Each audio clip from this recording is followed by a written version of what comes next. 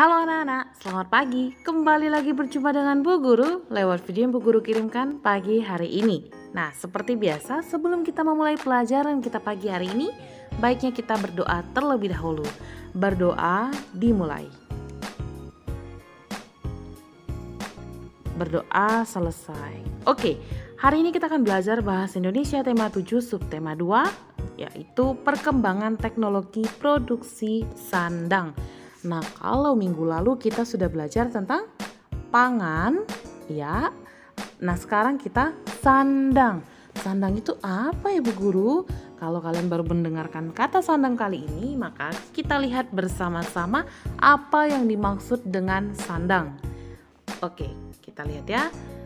Sandang adalah segala sesuatu yang terbuat dari serat dan dapat dipakai di tubuh.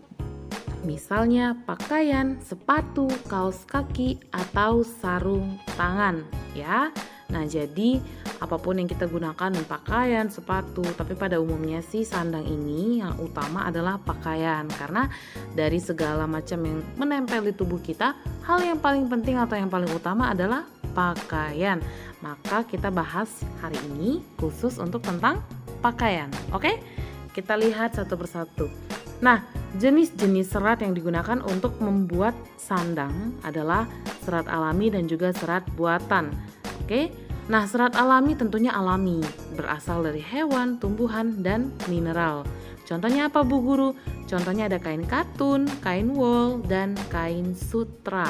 Ya, yang kedua, jenis seratnya adalah serat buatan. Serat buatan adalah buatan manusia yang berasal dari bahan kimia dengan bantuan mesin.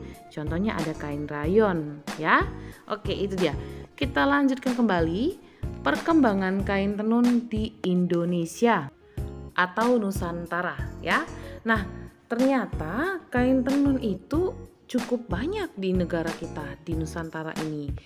Contohnya ada di Jawa Barat, Ternate, Lombok, dan Flores ya. Jadi kain tenun ini tidak hanya semata-mata sebuah kain ya, tidak hanya sebuah kain yang akan kita jadikan sebuah pakaian nantinya, tidak.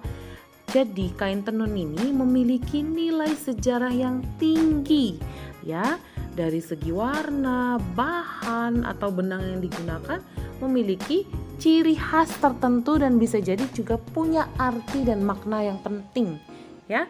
Nah, kain tenun ini dibuat menggunakan alat tenun. Nah, alat tenun itu biasanya masih menggunakan tahap atau cara yang tradisional ya. Jadi belum menggunakan mesin. Nah, tujuannya apa Bu Guru ya? Tujuannya ini untuk mempertahankan kualitas gitu. Nah, memang sih ketika kita menggunakan mesin, pembuatan sebuah benda itu memang jauh lebih cepat, tapi kualitasnya bisa jadi yang tidak menggunakan mesin lebih bagus. Nah, disinilah para pengrajin tenun itu mempertahankan kualitas kain tenun yang mereka hasilkan. Gitu ya.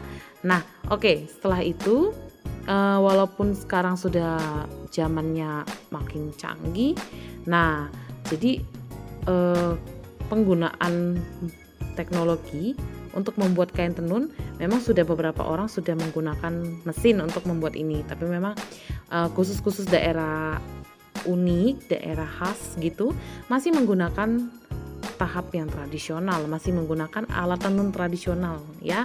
Jadi pembuatannya bisa lumayan lama, tapi ya begitu, menghasilkan kain tenun yang bagus, yang bernilai tinggi, yang dia pasti kualitasnya jauh lebih baik lagi dibandingkan yang hasil dari mesin tadi. Oke?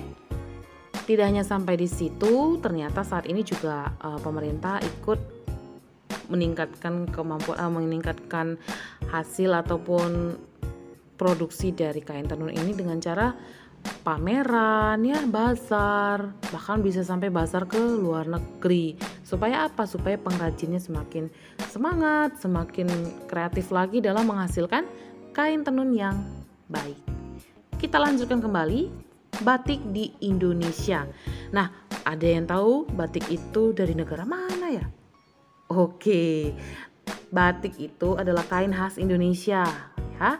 Jadi kain batik sudah ada sejak sejak zaman kerajaan Majapahit.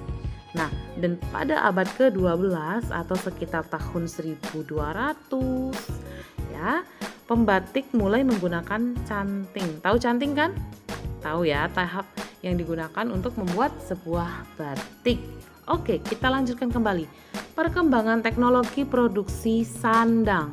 Dulu manusia menggunakan pakaian dari kulit hewan. Ya, jadi hanya hewan yang disembelih terus kulitnya diambil dan kulitnya itu dijadikan pakaian pada saat itu. Nah, dengan adanya kemajuan teknologi, manusia mampu menghasilkan berbagai macam bahan pakaian. Ya, oke, kita lihat di sini ada juga proses singkat pembuatan kain. Yang pertama, bahan dasar diproses di pabrik. Bahan tersebut diproses menjadi benang. Kemudian benang yang diproses berubah menjadi kain, dan kain yang telah jadi ini dijahit oleh penjahit hingga menjadi berbagai bentuk pakaian yang kemudian bisa dijual untuk dibeli oleh masyarakat. Itu dia ya. Oke, kita lanjutkan kembali. Oke, sekian dulu video dari Bu Guru pagi hari ini. Bu Guru harap kalian paham tentang produksi sandang yang Bu Guru jelaskan pagi hari ini ya.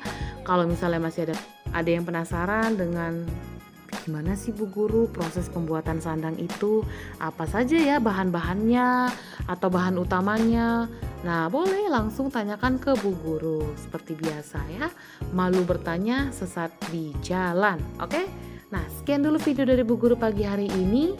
Semoga kita semua tetap dalam keadaan sehat hingga kita bertemu kembali di sekolah. Oke, salam sehat, salam DigiTM.